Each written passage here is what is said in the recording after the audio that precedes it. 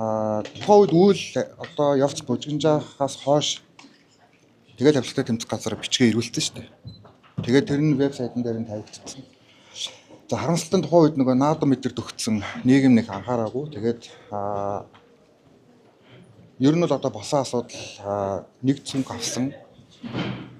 За нэг бөгж авч өгсөн гэдэг л одоо асуудал ингээдлээ их ус төрсөн.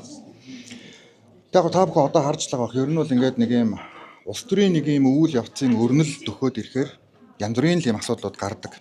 Тэгээд эргээд хөөсөнд буугаад харахаар ихэнх нь асуудлаа байдаг. Одоо цөмхтэй холбоотой асуудал тэр мэдээж даатайгээ шалгаад үзэх тэгэл нотлогчж байгаа. За яг ийм асуудлаар ингээд албан тушаалтанд хариуцлага тооцноогүй бол одоо Монголд их л олон хүний хойноос бид нэр явах юм шиг тогтно гэсэн. Та ингээд орлогоо